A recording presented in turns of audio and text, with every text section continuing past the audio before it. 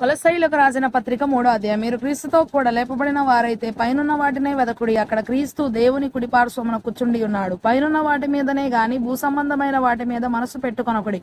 ఏలయనగా మీరు మృతి పొందితిరి, మీ జీవము క్రీస్తుతో కూడా దేవుని యందు దాచబడి ఉన్నది. మనకు జీవమై ఉన్న క్రీస్తు ప్రత్యక్షమైనప్పుడు మీరును ఆయనతో కూడా మహిమయందు ప్రత్యక్షపరచబడుదురు. కావున భూమి మీదనున్న మీ అవయవములను అనగా జారత్వమును, అపవిత్రతను, కామాతురతను, దురాశను, విగ్రహారాధన అయిన ధనాపేక్షను, లోభత్వమును చంపివేయుడి. వాటి వలన దేవుని ఉగ్రత అవిధేయుల మీదికి, అవిధేయత కుమారుల మీదికి వచ్చును.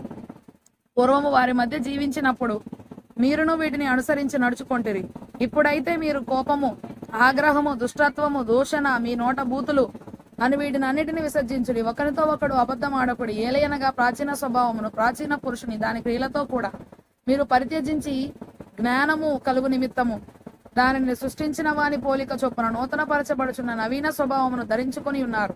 ఇటు వారిలో గ్రీసు దేశస్థుడని, యూదుడని భేదము లేదు. సున్నతి పొందుటయని, సున్నతి పొందకపోటయని భేదము లేదు.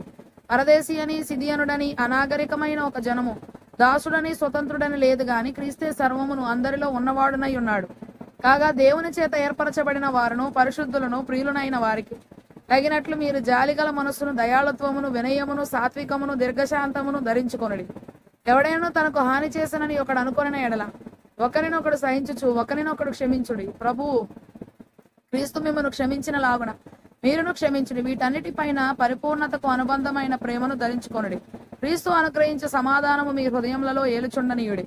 ఇందుకొరకే మీరొక్క శరీరముగా పిలువబడితిరి మరియు కృతజ్ఞులయుండుడి. గీతములతోనూ, కీర్తనలతోనూ, ఆత్మ సంబంధమైన పద్యములతోనూ ఒకనికి ఒకడు బోధించుచు, బుద్ధి చెప్పుచు, కృపాసహితముగా మీ హృదయములలో దేవుని గూర్చి గానము చేయుచు, సమస్త విధములైన జ్ఞానముతో క్రీస్తు వాక్యం మీలో సమృద్ధిగా నివసింపనీయుడి. మరియు మాట చేత గాని, క్రియ చేత గాని మీరేమి చేసినను ప్రభువైన యేసు ద్వారా తండ్రి అయిన దేవునికి కృతజ్ఞతాస్తుతులు చెల్లించుచు సమస్తమును ఆయన పేరట చేయుడి. భార్యలారా, మీ భర్తలకు విధేయులయుండుడి, ఇది ప్రభువును బట్టి యుక్తమై ఉన్నది. భర్తలారా, మీ భార్యలను ప్రేమించుడి, వారిని నిష్ఠూర పెట్టకుడి. పిల్లలారా, అన్ని విషయములలో మీ తల్లిదండ్రుల మాట వినుడి, ఇది ప్రభువును బట్టి మెచ్చుకొన తగినది. తండ్రులారా, మీ పిల్లల మనసు కృంగకుండునట్లు వారికి కోపం పుట్టింపకుడి. దాసులారా, మనుషులను సంతోషపెట్టు వారైనట్టు కంటికి కనబడవలనని కాక ప్రభువునకు భయపడుచు శుద్ధాంతకరణ గలవారై శరీరమును బట్టి మీ యజమానులైన వారికి అన్ని విషయములలో విధేయులయుండుడి. ప్రభు వలన స్వాస్థ్యమును ప్రతిఫలముగా పొందుమని ఎరుగుదురు గనక మీరేమి చేసినను అది మనుషుల నిమిత్తము కాక ప్రభువు నిమిత్తమని మనస్ఫూర్తిగా చేయుడి. మీరు ప్రభు అయిన క్రీస్తునకు దాసులై ఉన్నారు. అన్యాయము చేసిన వానికి తాను చేసిన అన్యాయము కొలది మరల లభించును, పక్షపాతం ఉండదు.